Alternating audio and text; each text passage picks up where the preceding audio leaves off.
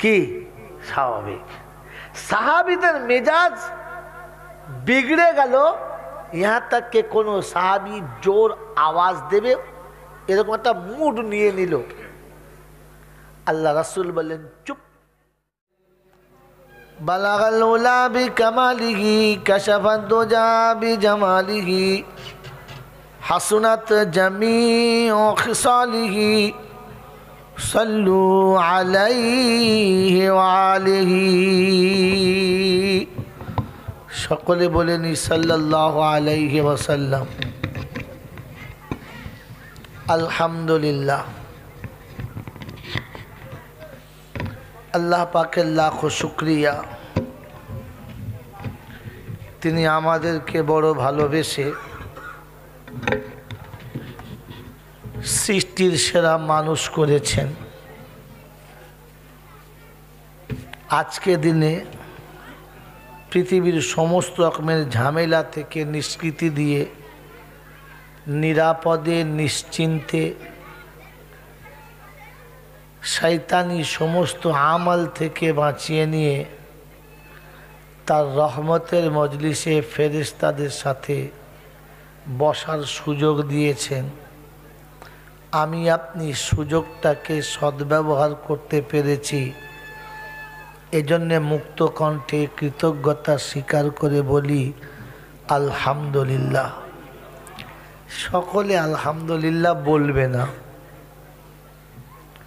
আর যারা আলহামদুলিল্লাহ বলে না ওদেরকে জোর করে আমি আলহামদুলিল্লাহ বলতে বলিও না।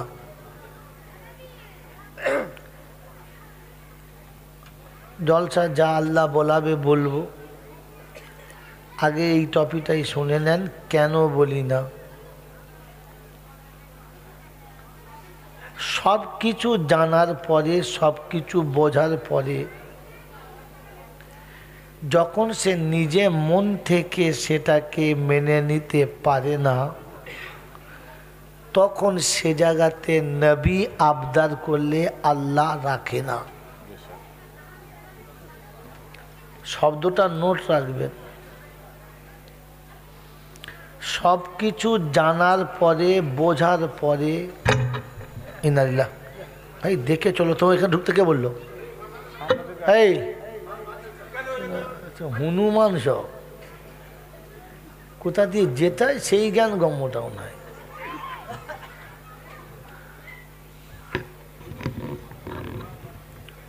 সব কিছু জানার পরে, বোঝার পরে,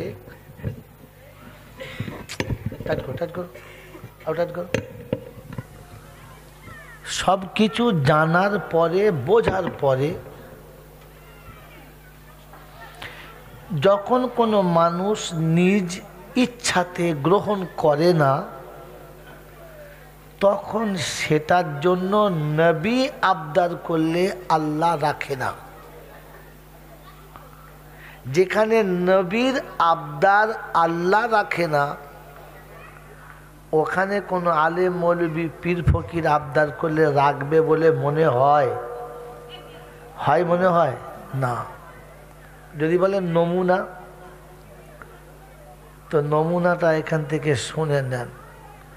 আল্লাহর নবীর সব থেকে কাছের এবং সব থেকে ভালোবাসার মানুষ একজন ছিলেন, তার নাম যদি বলেন জানেন না, আবু তালেব। কি নাম? আবু তালেব। তিনি তার ভাইপোর জন্য যে তিতিক্ষা, যে ত্যাগ সহ্য করেছেন, এতটা তিতিক্ষা ত্যাগ সহ্য করতে অনেক সময় পিতা পুত্রের জন্য পারে না। কথা বুঝেছেন? ওই তারিখে আমি যাচ্ছি না আজকের, তিনি কতটা ত্যাগ আর কতটা তিতিক্ষা দিয়েছেন। 1 বছর 2 বছর নয়, এই বাবা কথা শোন, 1 বছর 2 বছর নয়, 2-5 বছর নয়, তিনি আল্লাহ রাসূলকে বুকের কাছে কতদিন রেখেছিলেন? জোরে বলে 46, কত? একটা রিওয়াতে 46 আছে, একটা জায়গাতে 44 আছে। আচ্ছা 46টা ছাড়েন, 44টা তো ফাইনাল, কারণ 46 চলার ভেতরে 44 আছে, আর 44-এর তো 44 আছে। তো 44 বছর যিনি রাসূলকে বুকে রেখেছেন, এইরকম চাচার কাছে রাসূল সার্টিফিকেট নিচ্ছেন যে চাচা, আমি যে কলেমাটা জাতিকে শোনাচ্ছি, এটা কি আপনার সত্য বলে মনে হয়? তো তিনি প্রতিশ্রুতি দিচ্ছেন, বাপ, আসমান এবং জমিন যতটা সত্য, তোর কলেমা তার থেকে বেশি সত্য। জানেন কি জানেন না? তাহলে কলেমাটা জানেন তো? কলেমা জানেন তো? বোঝেন কলেমা? তো রাসূল আবার জিজ্ঞাসা করছেন, চাচা, আমি যে নবুয়তের দাবি করছি লোকের কাছে, নবী বলে, এই নবী হওয়ার ব্যাপারে আপনার কি কোনো রকমের সন্দেহ আছে? তো শোনাচ্ছে, বেটা শোন, চন্দ্র সূর্য যতটা উজ্জ্বল, তোর নবুয়ত তার থেকে বেশি উজ্জ্বল। কথা বুঝে আসছে? আপ জিজ্ঞাসা করছে, চাচা, কলেমা অতটা সত্য, আমার নবুয়ত এতটা উজ্জ্বল, তো আপনি তাহলে কালেমাটা পড়ে নিন। চুপ করে গেলেন। রাসূল আবার বলছেন, চাচা একবার পড়ে নিন। বললেন, আমার অসুবিধা আছে। আল্লাহ রাসূল বললেন, চাচা কমপক্ষে আমার কানের কাছে শুনিয়ে দেন, কিয়ামতে আমি সাক্ষী দেব যে রাসূল, যে আমার চাচা কলেমা পড়েছিল। বললেন, হ্যাঁ সব ঠিক আছে, কিন্তু আচ্ছা অসুবিধা আছে। কথা বুঝে আসছে? ভাই এদিকে দেখেন, কথা বুঝে আসছে? অসুবিধা আছে। তো রাসূল চাইছেন চাচাকে কোনোভাবে কালেমাটা একবার পড়িয়ে দেবেন। তিনি এই আবদার রাখছেন চাচার কাছে, চাচা একবার পড়ে নেন, একবার পড়ে নেন, নাহলে কানের কাছে পড়ে দেন। আবদার চালাচ্ছে। আল্লাহ পাক শোনাচ্ছেন, ইন্নাকা লা তাহদি মান আহবাবতা ওয়ালাকিন্নাল্লাহা ইয়াহদি মান ইয়াশা। হাবিব সব জেনে বুঝে যে নিজে থেকে কলেমাটা পড়তে পারল না, তুমি বলার পরেও যে কলেমাটা বলল না, এর পরে কিন্তু তুমি কিছু বললে আমি আল্লাহ হাবিব তোমার আবদারটাও রাখতে পারলাম না। এই ঘটনাটা আমি পেট গজিয়ে বললাম না কোরআন হাদিসের? আমার কাছে শুনেছেন না? জীবনে অনেকবার শুনেছেন না? তো তাহলে বোঝা গেল, আল্লাহ যদি তার হাবিবের আবদার না রাখে, তাহলে আমাদের আবদারটা রাখবে কি? রাখবে না। তো আলহামদুলিল্লাহ মজলিসে বসলে বলতে হয়, আলহামদুলিল্লাহ জান্নাতীদের জবানের ভাষা। এটা আজ 43 বছর শুনে আসছি, জ্ঞান হয়ে থেকে শুনে আসছি। এতটা শোনার পরে, জানার পরে, এর পরেও যখন বলা হলো একবার আলহামদুলিল্লাহ বলে দিন, যদি আপনি বলতে না পারেন আর না বলেন, তাহলে আমাকে কি আর জোর করে বলানো উচিত হবে যে ভাই সকলে বলুন আলহামদুলিল্লাহ? দট পাগলা, যত হাফ পাগলা লোক না কি। মেয়েরা হাসছে যে ভুল করছে না।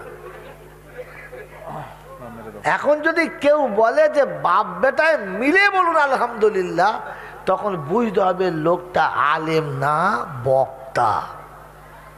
কি বলে? मेरे मोहतरम दोस्तों और बुजुर्गों, आलेम होले ও জানতো। এখন বলুন, নবীর আবদার আল্লাহ রাখলেন রাখলেন না। এখন আমি সারা জীবন আমার বাড়ির পাশের ভাইদেরকে কলেমা আস্তে আস্তে কলেমার দাওয়াত দিলাম। এই বাবা তো একটু সরে বাবা, জায়গাটা কভার করতো, রাস্তা বন্ধ করে দে, সরাই সরাই। এই বাবা তুই যে খাবি খেয়ে দিয়ে আয়, এর ভেতর খাবি না।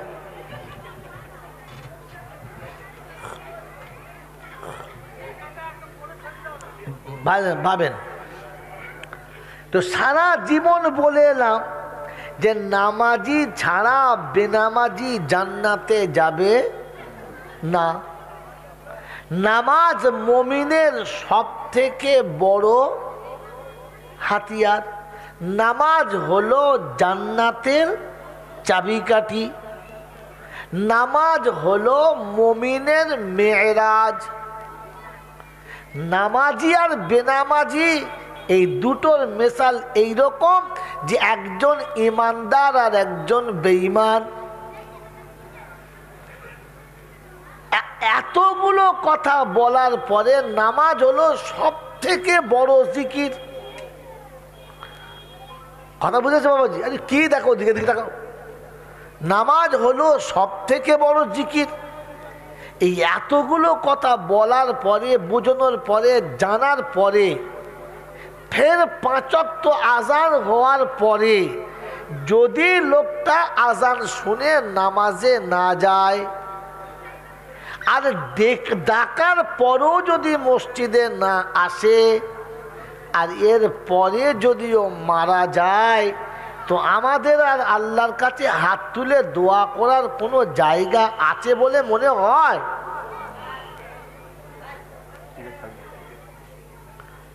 এই বাবা আছে বলে মনে হয় না। কিন্তু এর পরে সুদখোরের ঘরে মিলাদ হয়, আর মৌলভী সাহেব গিয়ে দোয়া করে, আর আমাদের সবাই খাওয়ায়, আর আমরা খাই। আপনারা খান না, আমরা খাই। বাবাজিরা আমার শোনাচ্ছেন বন্ধুরা, জানি লোকটা সারা জীবনে পেশাব করে পানি নিত না, মরার আগে পর্যন্ত মসজিদের দরজা চিনতে পারল না, আর গোসলের ফরজটা জিন্দিগিতে শেখে নাই। এই রকম মানুষটা দুনিয়া কামিয়ে চলে গেল, গাড়ি হলো, বাড়ি হলো, অট্টালিকা হলো, সব হলো, কিন্তু ইসলামের উপরে তার আজও আশা হলো না। যতবার তার কাছে গেছি সে বলেছে, না না নামাজ তো খুব ভালো কাজ, নামাজ তো পড়তেই হবে, নামাজ ছাড়া কোনো রাস্তা নাই, কিন্তু এখন আমার যাবার টাইম নাই। তাহলে এই লোকটা কোন দলে ভাই বলেন? বলেন আবু তালেবের দল। হ্যাঁ না না, কোন দলে? আবু তালেবের দলে। এখন এ যদি মরে যায়, আর যদি সবিনা খতম পাড়ায় দেয়, আর সবাই যদি দোয়া চায়, বলেন এই দোয়া চাওয়াটা বাঞ্ছনীয়? মোটেই নয়। এটা বললে কিছু পেটুক্ষুরি মৌলবি আছে, গা জ্বলে যাবে, এ শালা খাবে না, আমাদেরও খেতে দেবে না, আর আমার দাও তার হবেও না। এই ঝিনকিতে এটাই আমার শেষ দাও, এর পরের দাও তার হবে না। এই জন্যে জাতিকে বোঝানো দরকার, শুধু জলসা শোনানো দরকার নয়। কথা বোঝেন না? বোঝেন নাই? জলসা করার উদ্দেশ্য তিনটে। জলসা করার উদ্দেশ্য কটা? তিনটে। আপনাদের কোনটা? ১ নম্বর, জলসা করার উদ্দেশ্য হলো যে সারা বছর জলসা শুনি, লোকের পাড়ায় খাই, আমরা একটু একটা জলসা করে দুটো খাইয়ে শোধ করে দিই, এই একটা উদ্দেশ্য। আর একটা উদ্দেশ্য হচ্ছে ওই যে পূব পাড়ায় হলো, পশ্চিম পাড়ায় হলো, আমাদের হবে না, একটি আমাদের হোক, এই একটা উদ্দেশ্য। আর একটা উদ্দেশ্য হচ্ছে জাতি অধঃপতনে যাচ্ছে, জাতি অধঃপতন থেকে বেঁচে যাক, আমি বেঁচে যাই, এর জন্যে। এই তিনটে উদ্দেশ্যে জলসা হয়। আপনাদের কোনটা? জাতি বাঁচানোর জন্য, তো জাতি বাঁচানোর জন্য জলসা আলাদা, পাড়ার হক মেটানোর জলসা আলাদা, দেশের লোকের পেট ভরানোর জলসা আলাদা। কথা বোঝেন নাই? যদি হয় ও পাড়ায় এ পাড়ার কম্পিটিশনে, তো তাহলে জলসা কিন্তু ভাসিয়ে দিতে হবে বাবারা মদিনার মসজিদে বসে বসে। বাবা সেই যে দয়ানবী ফাঁপড়ি মারতে হবে, কেন ও পাড়ার বক্তার থেকে এ পাড়ার বক্সে একটু ফাঁপড়ি না মারলে তাহলে কীরকম বক্তালি, কুঁজো বক্তালি, লড়ে নাই তো। হ্যাঁ না বলে? হ্যাঁ। আর যদি দেখে যে দেশের লোকের খাওয়ানোর জলসা, তো তাহলে খালি মাঝে মাঝে ভুয়ো গল্প শোনা যাবে। আমেরিকার বাজারে 3টে মেয়ে ছুটতে ছুটতে নদীর গাবায় দাম করে পড়ে গেল। সারা বিদেশের বহু দেশের খবর রাখে। এসব হচ্ছে দেশ বুঝানো, পাড়া বুঝানো জলসা। আর যদি বলেন জাতির উন্নতির জন্য জলসা, জাতিকে জাহান্নাম থেকে বাঁচানোর জন্য জলসা, তো তাহলে জলসা ধীরে ধীরে হতে হবে। আর যেখানে যেখানে ঘা আছে একটু চুলকে মলম দিতে হবে। কথা বোঝেন না? বোঝেন নাই? তখন ওই বললে হবে না, শুরু হলো না, লাফালাফি করলেন না, না। কথা মনে থাকবেন ইনশাআল্লাহ। এই জন্য প্রথম চোটে এখানে দিয়ে গেলাম কি জি, গোটা জীবন কিচ্ছু করলো না, মরার পরে 4 দিনের খানা। আর মোল সাহেব তো মানে আজরাইলের বড় ভাই, একবার বসেছে এমন করে, তো ফেরেশতারা চিন্তা করছে যাবার দরকার নাই, তুই একাই থাক, চালিয়ে দে। আর ও ধনে দিলে একদম। বাড়িওয়ালা মনে মনে করছে আল্লাহ কি দোয়াই না করেস আল্লাহ। ফেরেশতা বলছে সে বুঝতে পারবি কবরে গেলে কি দোয়া করেস। কথা বোঝেন না? বোঝেন নাই? এই জন্যে বাবাজিরা, সোনারা, লালেরা, জ্ঞানী জনেরা, সুধী মানুষেরা, আমার আল্লাহওয়ালা বাবাজিরা, প্রথম কথা হলো যে আমি যে দোয়া করব দেখে করব। যে দোয়াতে নবীকে খোদা ব্যাক করিয়েছে, আমি দোয়া করলে ওটা পেরোবে এ আশা করা ঠিক না। আর জাতিকে এই বিষয়ে বুঝিয়ে দেওয়া যে জাতি তুমি যদি মরার পরে দোয়া নিতে চাও, তাহলে রাসূল যে জায়গায় দাঁড় করিয়ে দিয়ে গেছে ওই জায়গাতে দাঁড়াও। চেষ্টা করবেন ইনশাআল্লাহ। এখান থাকেন, আবার চলেন। শোনাচ্ছিলাম প্রশংসার একমাত্র মালিককে আল্লাহ। আলহামদুলিল্লাহ, যে বলেছে সে হলো ভাগ্যবান, যে বলে নাই ও হলো বুদ্ধিমান। কথা বলেন নাই? হ্যাঁ, বুদ্ধিমানরা বলে নাই। তো যারা বলে নাই ওদেরকে আর জোর করে বলানোর আমার ইচ্ছা নাই। কারণ ওই যে আল্লাহ বলে দিয়েছে যে জোর করার অনুমতি তোমার কাছে নাই। লা ইকরাহা ফিদ্দিন একটা শব্দ। দ্বিতীয় শব্দ হচ্ছে যে আমি আল্লাহ তোমাকে শুনিয়ে দিচ্ছি, ও হাবিব তুমি আমার কথাগুলো বল।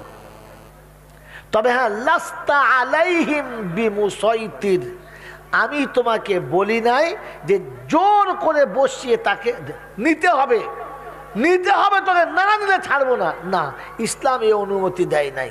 তার সামনে পরিষ্কার জিনিসটা ধরো, ভালোবাসা ধরো, তার মন গেলে নেবে, আর মন না গেলে নেবে। যদি বলে নেবে না, তুমি জোর করো না, তুমি জোর করো না বাবাজিরা। এই জন্যে মোটা মোটা কথা কটা শুনে নেন, জোর করা না। ইসলাম সহজ ধর্ম, সরল জিনিস। এখানে কোনো রকমের ব্যাকা টেরা পাওয়া যাবে, পাওয়া যাবে। ওয়ালাম ইয়াজআল লাহু ইওয়াজা, সূরা কাফে শুধু শুনিয়েছে যে কোরআন আমি দিয়েছি খুব সহজ সরল সমাধান। তার একটা নমুনা বলে দিই, ফের খুতবা পড়ব, জলসা দিকে যাব। আল্লাহর নবী সাল্লাল্লাহু আলাইহি ওয়াসাল্লাম মদিনার মসজিদে বসে আছেন, সাথে নবীর অনেক সাহাবা রয়েছে। রাসূল সাহাবাদের নিয়ে কথাবার্তা বলছেন, ঠিক আছে। সেই সময় একজন ইহুদি এসে মসজিদের এক কোণে দাঁড়িয়ে দাঁড়িয়ে পেচ্ছাপ করছেন। জিনিসটা খুব সহজে মেনে নেওয়ার না রেগে যাওয়ার? রেগে যাওয়ার। কথা ভালো করে শুনবেন, বুঝবেন ইসলাম কত নরম। আল্লাহর নবী মদিনার মসজিদে ফজরের নামাজের পর বসে বসে সাহাবীদের নিয়ে তালিম ও তাল্লুম চলছে, কোরআন হাদিস শেখাশেখি চলছে। ইন দি মেন টাইম, ঠিক ওই সময়তেই একজন ইহুদি এলো, মসজিদে ঢুকলো আর দাঁড়িয়ে দাঁড়িয়ে পেচ্ছাপ করছিল। কি রেগে যাওয়া স্বাভাবিক না অস্বাভাবিক? কি স্বাভাবিক। সাহাবীদের মেজাজ বিগড়ে গেল, यहाँ तक के কোনো সাহাবী জোর আওয়াজ দেবে এরকম একটা মুড নিয়ে নিল। আল্লাহ রাসূল বললেন, চুপ চুপ করে যাও। সাহাবীদের মেজাজ এসে গেছে যে টুটি ধরে কিলিয়ে বুঝিয়ে দেবো, পেচ্ছাপ করার জায়গা পাবো না, এই বাঁদর কোথাকার। কথা বুঝে এসছে? কথা বুঝে এসছে? রাসূল বললেন চুপ। সাহাবী চুপ করে গেলেন। সাহাবী চুপ করে গেলেন। এরপরে ভদ্রলোক ইতমিনানে জান ভরে পেশাব করে নিল। এবারে চলে যাবে। আল্লাহ রাসূল ডাকলেন, বাবু তার কথা শোনো। কি? বলে এইটা মসজিদ, আমরা এখানে নামাজ কালাম পড়ি, পবিত্র জায়গা, এইখানটায় পেশাব করা ঠিক হয় নাই বাবু, আজকে ভুল করে ফেলেছ, আগামী তেমন কাজ করুন আব্বা, ঠিক আছে যাও। তিনি চলে গেলেন। যাচ্ছেন আর মনে মনে ভাবছেন লোকটা কিরকম, আমি তাদের মসজিদে পেচ্ছাপ করে দিলাম, একটু রাগলেও না। আরে না মেরেছে না মেরেছে, একটু চোখটা গরম করতে পারতো, করলেন না, কি ব্যাপার, কিরকম মসজিদ। যাক, তিনি যাচ্ছেন কিন্তু ভেতরে এই কিউরিসিটি নিয়ে যাচ্ছে, তার হৃদয়ে একটা কাঁটা কিন্তু বারে বারে খোঁচা মারছে, কি ব্যাপার রে, কথা বোঝেন নাই? তার বিবেক তাকে বলছে যদি তোর ধর্মশালাতে কেউ যদি এরকম করে ফেলতো তাহলে তুই কি করতিস? তোর সঙ্গে তেমন করলো না। সে আড়ালে গিয়ে একটা গাছের পাশে দাঁড়িয়ে দাঁড়িয়ে দেখছে। আল্লাহ রাসূল সাহাবীদের বললেন, 2 বালতি পানি নিয়ে এসো। নিয়ে আসা হলো। রাসূল বললেন, তোমরা এই জায়গাতে পানি ঢেলে দাও। তারিখের দ্বিমত রয়েছে যে রাসূল হাতে ঝাঁটা নিয়ে পানিটাকে ঝাঁট দিয়ে দিলেন। অন্য তারিখের শব্দের কথা মধ্যে একটু কম বেশি আছে যে পানি দিয়ে ঝাঁটা দেওয়া হলো, ঝাঁটা দিয়ে পরিষ্কার করা হয়ে গেল, একদম পানি ঝাড়া হয়ে গেল, মাটির জায়গা শুকিয়ে গেল। আল্লাহ রাসূল বললেন, তুমি যেভাবে ওই লোকটার দিকে তাকাচ্ছিলে, আমি না বাধা দিলে তুমি লোকটাকে মারতে? বলে, হুজুর হ্যাঁ। ও মার খেয়ে অর্ধেক পেশাব হয়েছে আর অর্ধেক পেশাব বাকি ছিল, পেশাবটা চমকে যেত, ভেতরে কোনো রকমের রোগ হতো, মানুষটা বিপদে পড়তো। তারপরে ও মার খেয়ে কেঁদে গিয়ে ওর দেশের লোকের কাছে বলতো, ওর জাতির লোক রেগে যেত, হয় ছুটে এখানে আসতো, আর তাহলে তোমার কথা কোনো সাথী সেখানে গেলে তাকে মারতো, আর শেষে এমন হতো রক্তক্ষয়ী মামলা হতো, কারোর প্রাণ যেত। কি ঠিকই ঠিক না? জোরে বলে। কিন্তু যে মামলাটাকে 1 বালতি পানি দিয়ে ধুইলে মুছে যায়, 1 বালতি পানি দিলে যেখানে ঝামেলা ঠান্ডা হয়ে যায়, সেখানে তুমি রক্তের মামলা করছিলে কেন?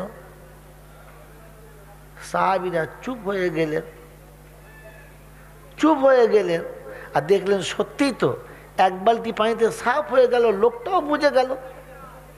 কথা বোঝেন নাই? কথা বুঝে আসলে বুঝে আসে নাই? 1 বালতি পানিতে যে মামলা ঠান্ডা করা যায়, সেই মামলাটার জন্য রক্ত ঝরানো কি মনুষ্যত্বের পরিচয়? রাসূল বললেন, এ কি করছিল তোমরা? আল্লাহর পাক নবী এরকম রক্তাক্ত হয়ে মামলাটাকে 1 বালতি পানিতে ঠান্ডা করে দিলেন। ইসলাম শান্তির ধর্ম, তার নমুনা বুঝে এসেছে। কথা বুঝে এসেছে। ওই ব্যক্তি গাছের আড়াল থেকে সব দেখলো, আর দেখে এসে বললেন, ইয়া রাসূলুল্লাহ, ইয়া হাবিবাল্লাহ, এটা যদি ইসলাম হয় তাহলে আমি দূরে কেন? আমি দূরে কেন? আমি মুসলমান কেন নয়? কলেমা পড়িয়ে দিন। তো কলেমা পড়তে রাসূল বাধ্য করেন নাই, কালেমা পড়তে রাসূল বাধ্য করেন নাই, কালেমা পড়তে সে নিজে বাধ্য হয়ে গেছে। এটার নাম ইসলাম। এই ঘটনাটাকে আমি যদি মনে করতাম, আপনার 40 মিনিট 45 মিনিট খেয়ে নিতাম। কীরকম করে? এমন ফাইবারের টান দিতাম, কি বুঝলেন, একেবারে টেনে টেনে টেনে টেনে শিয়ালদা থেকে বর্ধমান পর্যন্ত টেনে নিয়ে চলে যেত। জাতি কিছু বুঝতে পারত কি পারত না জানি না, কিন্তু ঘটনাটা বেশ রোমাঞ্চক করে বলা হতো। হতো না? হতো না? ওটা কম্পিটিশনের জলসায় হয়। দিন বুঝতে গেলে আপনার মাথায় এটা থাকা দরকার যে রাসূল সমস্যাকে কিভাবে সমাধান করেছেন, ইসলাম সমস্যাকে কিভাবে সমাধান করেন। কথা বুঝে এসছে আব্বা? কথা বুঝে এসছে? আজকের এই গ্রামের নাম কি গো? হ্যাঁ, চক পরান কাঁটাখালি লোকের কাছে বলছি, যদি আজও ধর্মের ভিতরে ওই রকম, মুসলমানের ভিতরে ওই রকম দলও আছে, রাসূলের সামনে মসজিদে নববীতে পেচ্ছাপ করে দিলে রাসূল যখন রাগলেন না, তো ধর্মের বারে কেউ যদি কোনো গজামিলের কথা বলে আপনি রাগবেন না, তাকে তার মনের মতো বলতে দিন, সে যা খুশি বলছে বলে নিক, আপনি কথাটাকে ঠান্ডা মাথায় শোনেন, আর ফের নিজের জাতিকে বোঝান এইটা কোরআন আর এটা হাদিস। উনি যা বলেছে ওনার কথা, কিন্তু এটা কোরআন আর এটা হাদিস। একটা সময় দেখবেন ওই ইহুদির মতো ফিরে এসে ও মানতে বাধ্য হবে। আর আপনি যদি বলেন টুটি ছেড়ে দেবো, বলিস কি রে, তো বলবে আবার হাত দিয়ে দেখ, তোকে দুনিয়া ছাড়া করে দেবো। সেজবেলা দেখবেন এপাড়া ওপাড়া মারামারি হবে, আর মরে গেলে জাঁজা পাড়ার লোক পাওয়া যাবে না, হায়ার করে লোক আনতে হবে। কথা বুঝেছেন? কথা বুঝেছেন বাবাজি? এই জন্যে ধর্মের ব্যাপারে কেউ কোনো রকমের মন্তব্য করলে আমরা সঙ্গে সঙ্গে তার সঙ্গে অশান্তি করব না, প্রতিজ্ঞা করেন ইনশাআল্লাহ। আল্লাহু আকবার। এবারে শোনেন, শোনাচ্ছিলাম, তিনি হলেন আল্লাহ, তিনি ছিলেন, তিনি আছেন, আর তিনিই থাকবেন। তিনি ছিলেন, তিনি আছেন, আর তিনি, তার মানে আর কেউ থাকবে? আর কেউ থাকবে না। তিনিই থাকবেন, আর কেউ থাকবে না। তার কাছেই যেতে হবে। কার কাছে? তার কাছে। তার কাছে যেতে হবে, অন্য কোথাও যাওয়া যাবে না। এখানে আপনি এদিক ওদিক যেতে পারেন, কিন্তু শেষ বিদায়ে তার কাছেই যেতে হবে, অন্য কোথাও যাওয়া। তার কাছে যাওয়ার পরে লাঠি বল, পাটি বল, দল বল, বিদ্যে বল, বুদ্ধি বল, অর্থ বল, জনবল, মনোবল, বুকের বল, কোমরের বল, দেশের বল, দশের বল, তোমার বল, আমার বল। খবর বলছে গোসল করে শুবি চল, শুবি চল। অর্থের গরম, ডিগ্রির গরম, রূপের গরম, যৌবনের গরম, বাপের গরম, বেটার গরম, লাঠির গরম, পাটির গরম, নেতার গরম, নীতির গরম, ওপরে দাদার গরম, নিচে দিদির গরম, তোমার গরম আর আমার গরম, বাঁশতলায় গেলে ফুল নরম। সব নরমকে যিনি, সব গরমকে যিনি নরম করতে পারেন তিনি হলেন আল্লাহ। তার দরবারে কানা কোড়া, সাদা কালো, দেশি বিদেশি, আমাদের ওদের, এ দলের ও দলের, হাফেজ সাহেব, মৌলভী সাহেব, পীর সাহেব, ফকির সাহেব, ডাক্তার মাস্টার, শিক্ষিত মূর্খ, ধনী গরিব, চাষা ভূষক, কানা কুঁজো, অচল সচল, দুর্বল সবল, মূল্যে সব একদল। মূল্যে কদল? কাদরিয়া, চিস্তিয়া, মোজাদ্দেদিয়া, নকশবন্দিয়া, হানাফি, সাফি, মালিকি, হাম্বালি, দেওবন্দ, ফুরফুরা, তবলিগ, হেজবুল্লাহ, আজানগাছি, হাক্কানি, কাদিয়ানি, তালতলা, নারকোলডাঙ্গা, পাথর চামড়ি আর পিয়ার ডাঙ্গা, মরে গেলে সব বেটাই কবর ডাঙ্গা।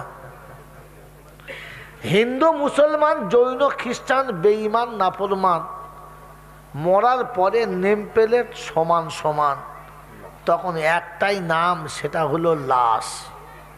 সেটা হলো ফেরেশতারা বলছেন যাচ্ছিস যা, তবে দেখে যাস। আগে চলে গেছে সাইজ করা বাঁশ, কি একদম মাপের বাঁশ। যদি আমল থাকে তো পাস, আর তা না হলে আচাঁচা। এবার জলসা শুনে বাড়ি যাস তো ভাবতে ভাবতে যাস। এই ক্ষমতার যিনি একাই মালিক তিনি কে? ভেবে বলবেন তিনি কে? আল্লাহ। আল্লাহ দেখা যায় না, দেখা যায় চলে বলে না। এই খুচরো মাল সব কোথায় আছে বলতে সব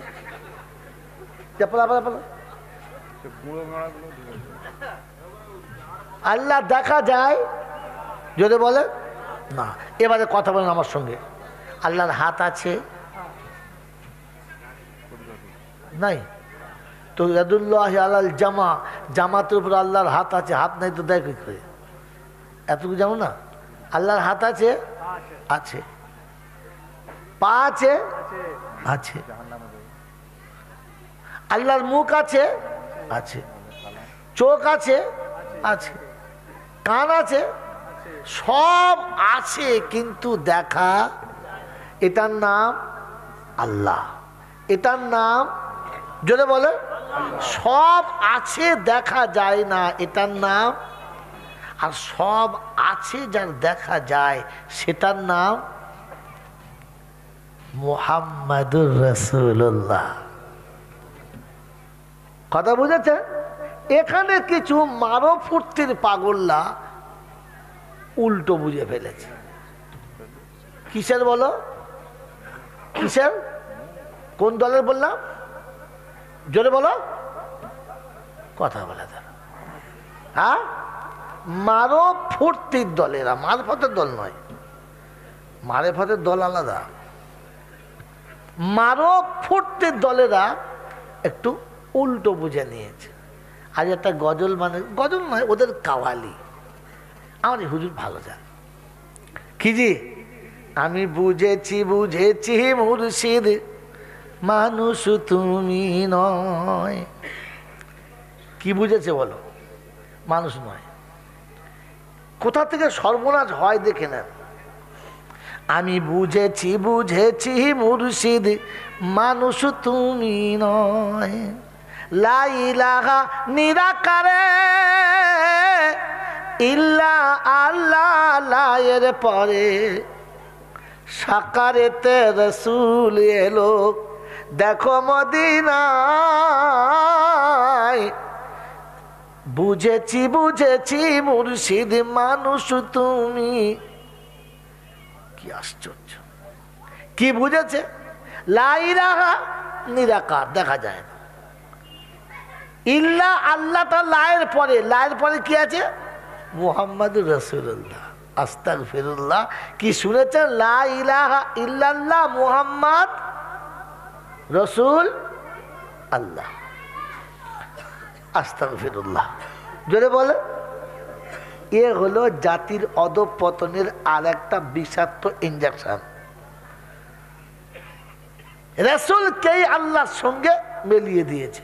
বলে ওখানে যখন ছিল দেখা যায় না, নিচে এসে আপ দেখা যায়। কথা বলেন নাই?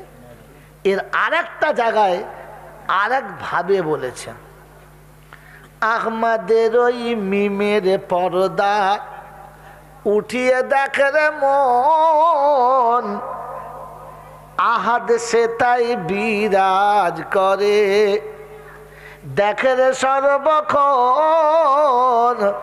আহমদের ওই মিমের পর্দা। আমার রাসূলের নাম আহমদ, হ্যাঁ না বলে? তা আহমদ থেকে যদি মিম বাদ দেয় থাকে কি? আহাদ। আহাদ মানে আল্লাহ। তাহলে মিম হলো পর্দা, আহাদ হলো আল্লাহ।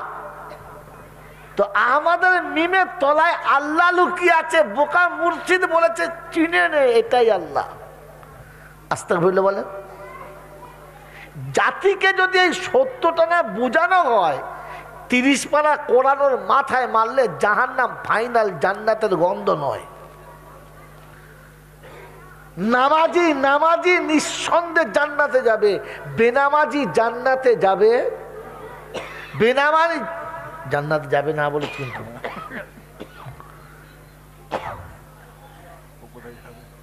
নামাজি জান্নাতে যাবে যাবে, নামাজি কখনো জাহান্নামে যাবে যাবে না, এটা আমরা জানি।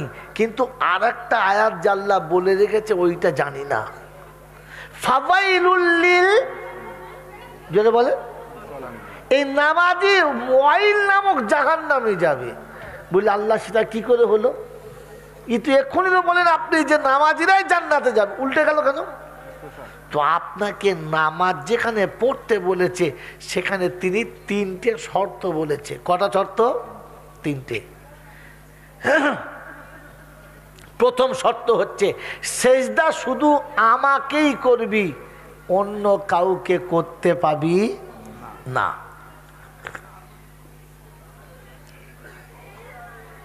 ইয়া ইবাদি ইন্না আরদি ওয়াসিয়াতুন ফাইয়া ফাবুদুন, জমিন অনেক বড় করেছে আর তোকে ইবাদতে শুধু আমাকেই সেজদা করতে বলেছে, আর কাউকে না। ফাইয়া ইয়াবুদুন, শুধু আমাকেই ইবাদত করতে বলেছে। তো ওয়াকিমুস সালাহ, নামাজ পড়ো মানে সেজদা করো। কথা বুঝেছেন? শুনিয়ে দিয়েছে আমাকেই সেজদা করো, আর কোথাও সেজদা করতে পাবে, অন্য কোথাও সেজদা করলে আমি তোমাকেই জাহান্নামে দেবো, আর কেউ বাঁচাতে পারবে?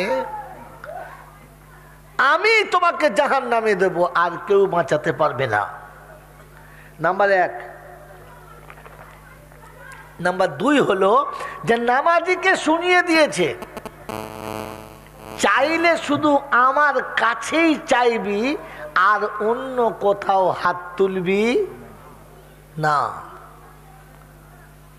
আমি আল্লাহ শোনাচ্ছি, অফুরন্ত ভান্ডারের মালিক আমি, আমার কাছেই চাইবি, আর কারো কাছে চাইবি না। অন্য কোথাও যদি তুই হাত তুলিস আমি তোকে লাঞ্ছিত করব, অসম্মান করব, আর সম্মানের জায়গা তুমি পাবে না। নাম্বার তিন, কিয়ামতে আমি মালিক আর কেউ মালিক। এই তিনটে প্রতিশ্রুতি আপনাকে নামাজে নেওয়া হয়েছে, মনে থাকবেন ইনশাআল্লাহ। প্রথম প্রতিশ্রুতি, যে মাথা তোমার পায়েতে নামিয়েছি ও মাথা আর কাউকে দেখাবো, আর যদি দেখিয়ে ফেলি তাহলে আমি তোমার বান্দা বলে স্বীকার পাবো, মেনে নেবে না। আমাকে ক্ষমা করবেন, মায়েদেরকে সামনে বসিয়ে ফেলেছেন। জাতিকে এই সত্যটা বলার প্রয়োজন পড়ে গেছে। নারী তার জন্মের পরে থেকে তার ইজ্জত ও আবরুটাকে এতটা ঢেকে রেখেছে যে পৃথিবীর কোনো মানুষকে সে কখনো অনিচ্ছাকৃত খুলে দেখাবে না। কিন্তু যে ইজ্জত আর যে সম্মানটা সে তার স্বামীর হাতে তুলে দিয়েছে, ওটা আদার্সে যদি কেউ পেয়ে যায়, স্বামী তাকে আর বিবি বলে গ্রহণ করবে না। তুমি তোমার হাসি মুখ দেখাতে পারো, তোমার সৎ ব্যবহার দেখাতে পারো, তুমি তোমার আখলাক দেখাতে পারো, তুমি তোমার কিরদার দেখাতে পারো, তুমি তোমার গায়ের অলংকার খুলে দিয়ে দিতে পারো, কিন্তু আমার বিছানাতে আদার্স আর কাউকে দেহ রাখতে দিলে আমি মেনে নেব না। রব্বে জুল জালাল বলে, যে সেজদার কপালটা আমার পায়ে পড়েছে, ও কপাল আদার্স কারোর পায়ে যদি তুই ফেলিস আমি কিন্তু ঝাঁটা মেরে তাড়িয়ে দেবো, তোকে আর ঢোকাবো না। পৃথিবীতে কোনো মাতালের বিবি যদি অন্যের হাত ধরে চলে যায় তো ওদেরকে মদ খেয়ে ঘরে ঘরে বলবে, ঢুকলে তোকে কেটে ফেলবো। মাতাল বলে কি রে, ঢুকলে কেটে ফেলবো তোকে। মাতালের তাল ফিরে গেছে, যে কারণ বিবি তার বিছানা পাল্টেছে। কথা বুঝেছেন? রব্বে জুল জালাল বলে, এটা যদি মাতাল মেনে নিতে না পারে আমি আল্লাহ কি করে মেনে নিতে পারি? তাই শুনিয়ে দিয়েছি, সব অপরাধ করলে আমি ক্ষমা করে দেব, শিরিক করলে ক্ষমা করব না। বাবাজিরা, সোনারা, লালেরা, জ্ঞানীজনরা